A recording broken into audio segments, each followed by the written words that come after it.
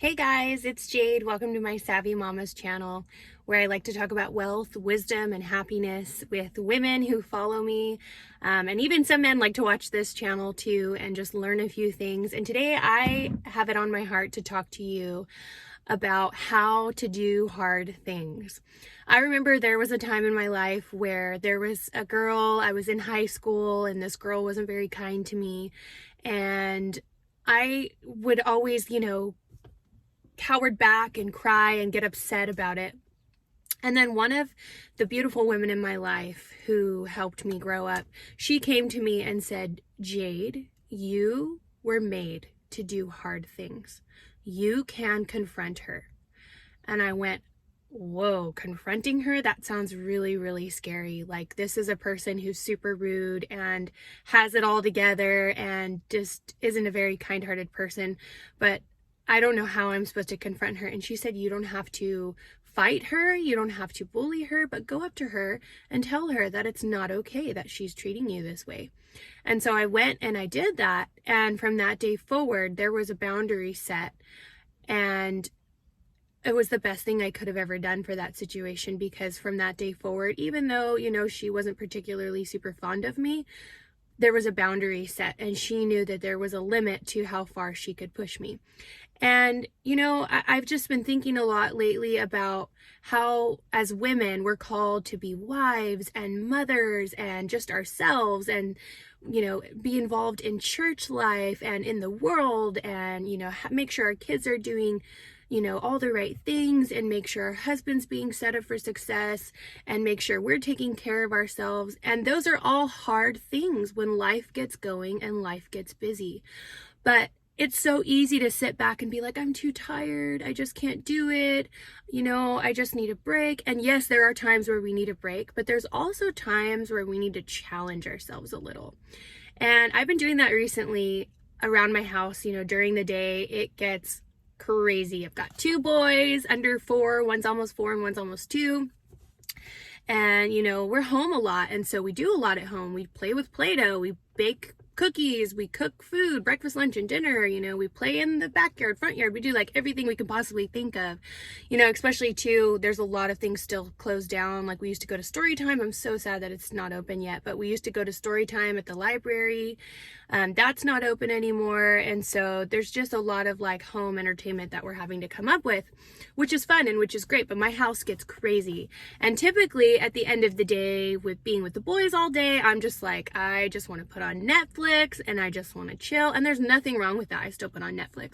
But I tell myself at the end of the day, I'm like, okay, set a timer for 30 minutes. You don't have to do it all, but what can you do for 30 minutes? What can you get done? Like, you can push. Come on. It's like having a baby. Like, it's one of the most painful experiences. I think I've probably the most painful experience I've ever been through in my life. But in the middle of it, you don't have an option. There's no backing out. You can't be like, this is too much. I want to change my mind. You don't have an option. And once you get to a certain point, there ain't no epidural. And I remember having my second son. I had him naturally. And I remember getting to the point of going, oh my gosh, I just want this to be over.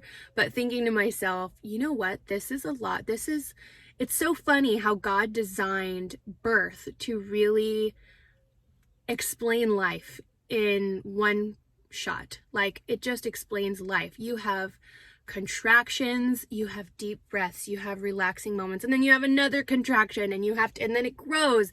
I always tell ladies who want to do natural birth, the pain doesn't get worse, the pain just gets closer together. And so it's like that with life. We all experience pain, we all experience hardships, and it's not that one pain is worse than the other, but sometimes in life we're in a season where it's one hardship back to back, and you're like, I just want to take a break. But there is times to just push through. And so normally I would say, sit back, relax, take a deep breath. And yes, there's a time for that. But I just feel in my spirit right now is the time to push through. Get up, get dressed, get yourself ready. If your kids need some discipline, or they need some help, or they just need some snuggles, be there, do it, go hard. We were designed to do hard things. When God set Adam in the Garden of Eden, I always go back to the Garden of Eden because that's the original design, how we were supposed to be living before the fall of man, right? So God, with the cartoons and stuff paint this picture of Adam walking in this garden so peacefully, but God said, you name these animals, you take care of these trees, you cut them down and build them up, and you feed the animals and make sure the livestock is doing good. Like, you're in charge, and that's for the man. And then the woman came to life, and he said, you're his helper. You're there to be with him so he's not lonely. You're there to give him wisdom where he needs it. You're there to pray for him when he's low. Like, we were designed to do hard things, and we were not designed to cower back. And then Jesus comes in the picture, and Adam and Eve, they had perfection, and we don't have perfection anymore, but we have Jesus, and through him, we have his perfection.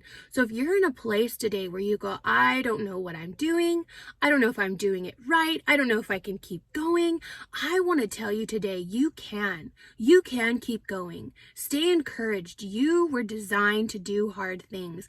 God is inside of you. His blood is running through your veins. Don't forget that. It's not just you. You're not just getting up and struggling through your day. God is with you. You can do it. You can do more than you did yesterday. You can do more than you think you can do because God is inside of you. So today, lean in on him. Ask for him to take over your spirit. Ask for him to give you the supernatural energy and peace and love that you need to do what God has called you to do.